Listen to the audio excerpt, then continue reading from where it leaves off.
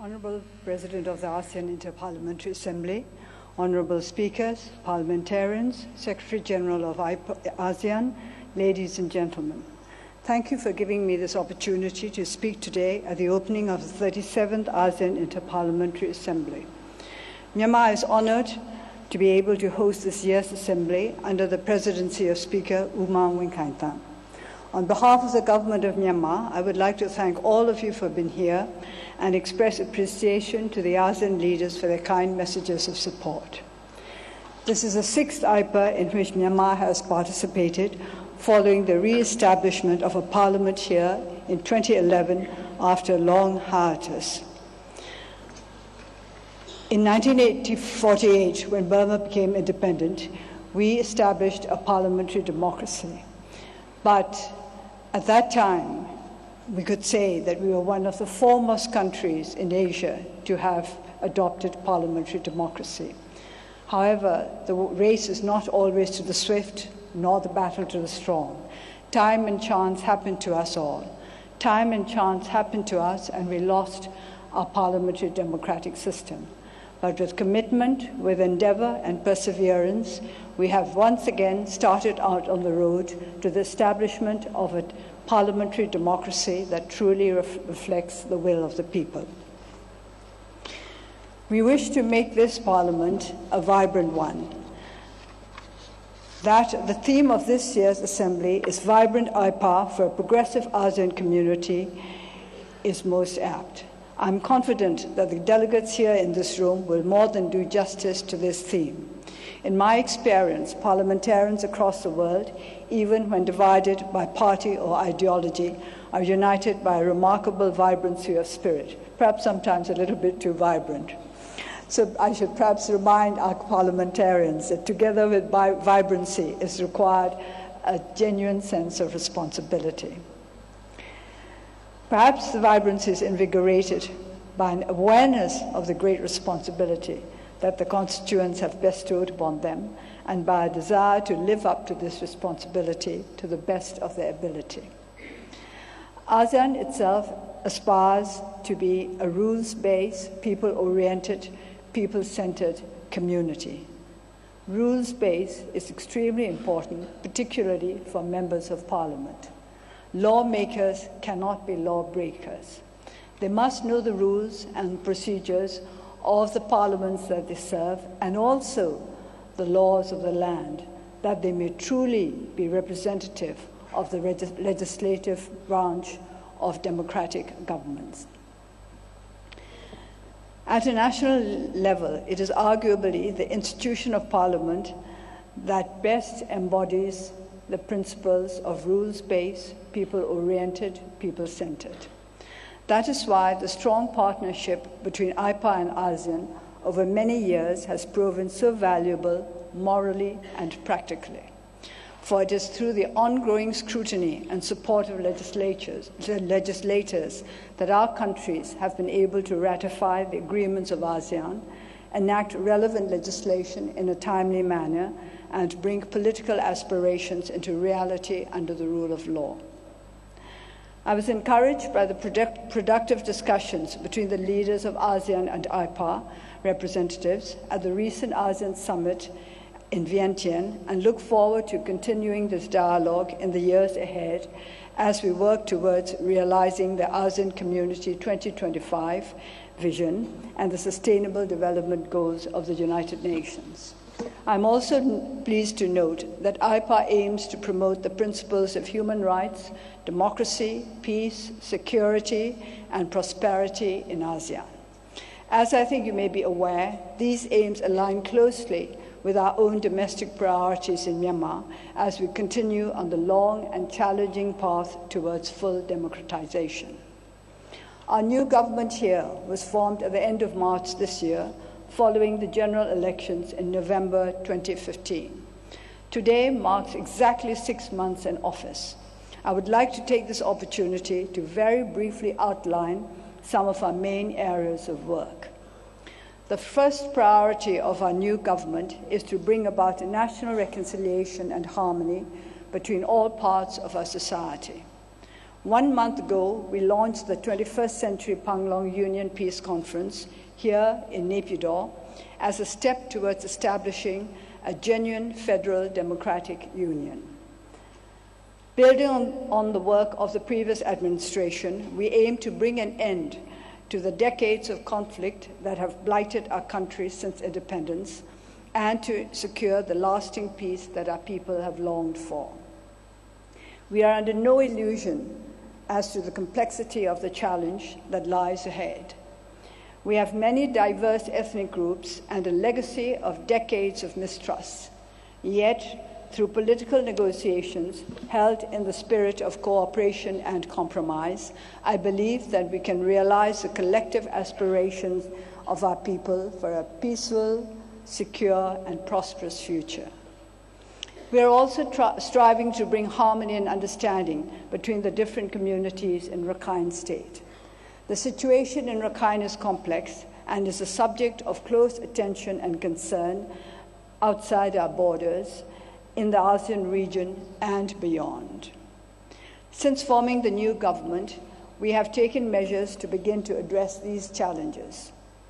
I chair the Central Committee for the Implementation of Peace, Stability and Development in Rakhine, overseeing the tasks of ensuring stability and rule of law, scrutinizing immigration and verifying citizenship, and implementing socio-economic development.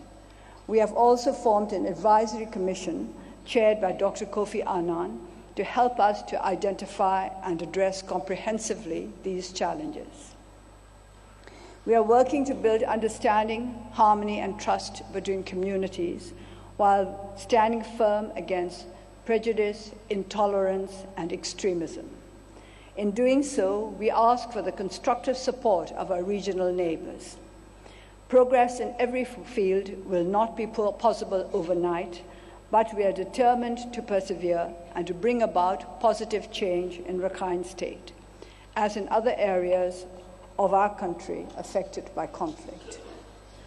We are also striving to bring about sustainable economic development for the benefit of all people in Myanmar.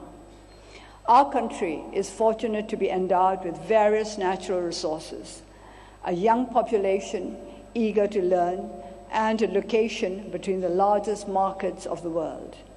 Yet, for reasons of history, our country has never realized its economic potential.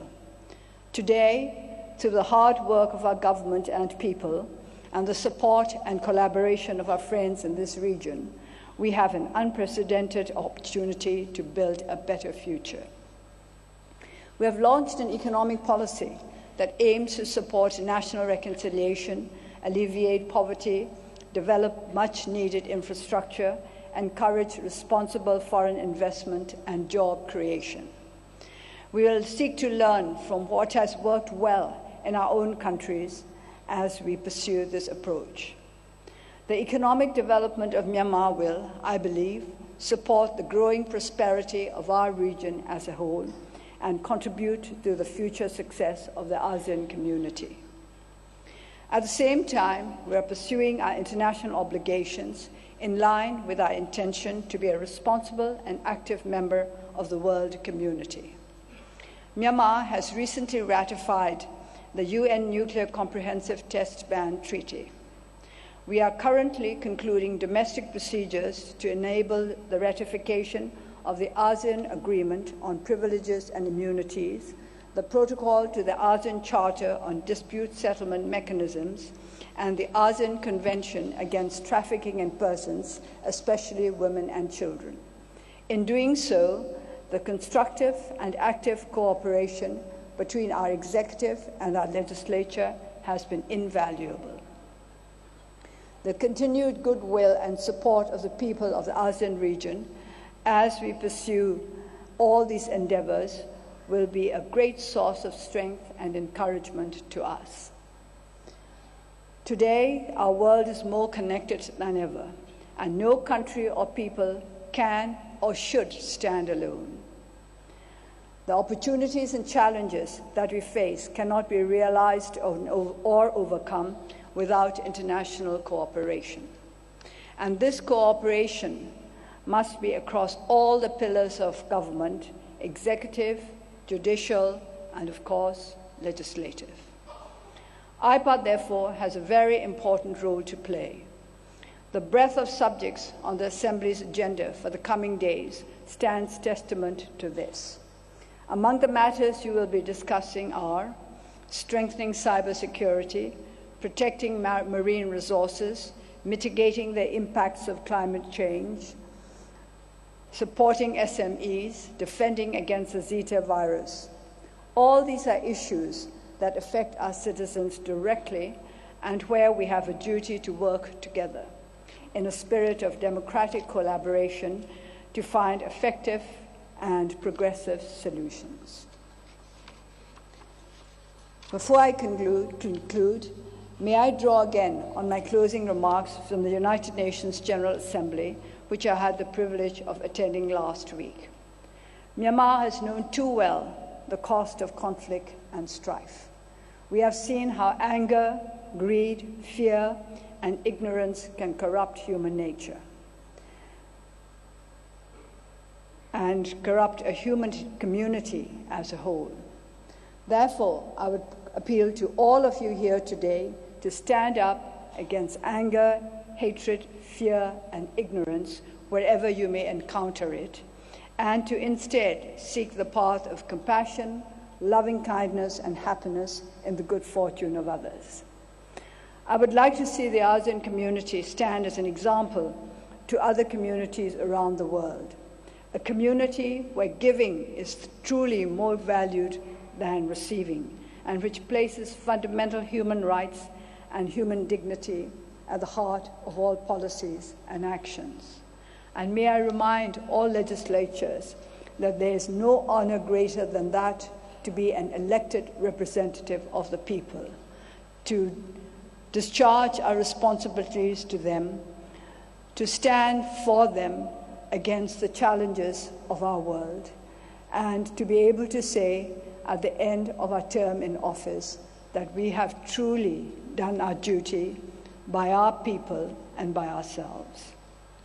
May I conclude by wishing this 37th Assembly of the ASEAN Interparliamentary Union every success, and by wishing all of you a productive and enjoyable few days in Naypyidaw.